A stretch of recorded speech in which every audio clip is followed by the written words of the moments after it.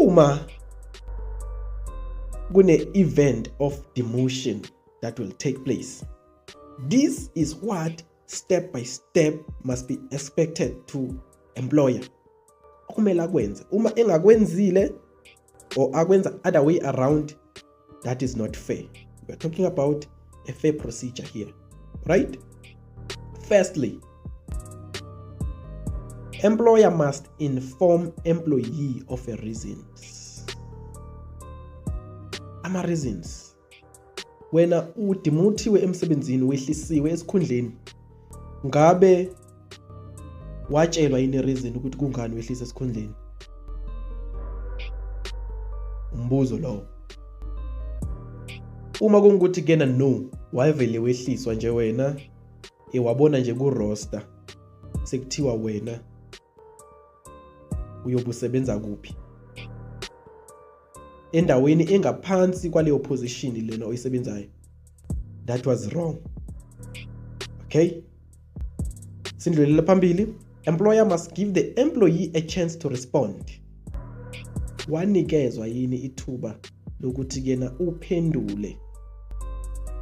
If ever wanikezwa ithuba lokuthi kena utshelwe ireason ukuthi kena kungani kufinyelela esivumelaneni sokuthi kena kumele wena udemote.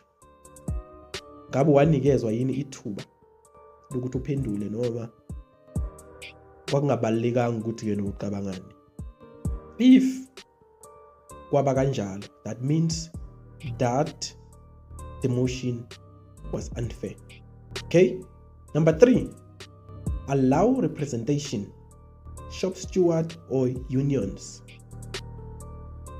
Ngabe emva kwa step 1 and 2 wazisiwe ireason, wavunyelwa ukuthi kena urespond to the reason, ngabe wavunyelwa yini ukuthi kena urepresentwe? If bone option ukuthi urepresentwe, whether you had a union or a shop steward, if logo wanqatshelwa, the whole process is considered unfair.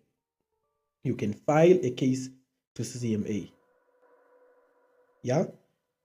Number 4, employer must use a formal hearing if the demotion is disciplinary. Uma ngabe nje i-disciplinary ilona i-demotion leyo i-disciplinary, mhlawumbe wenze into ethile, kuyomela ukuthi kena kube ne formal hearing. Uma kungukuthi kena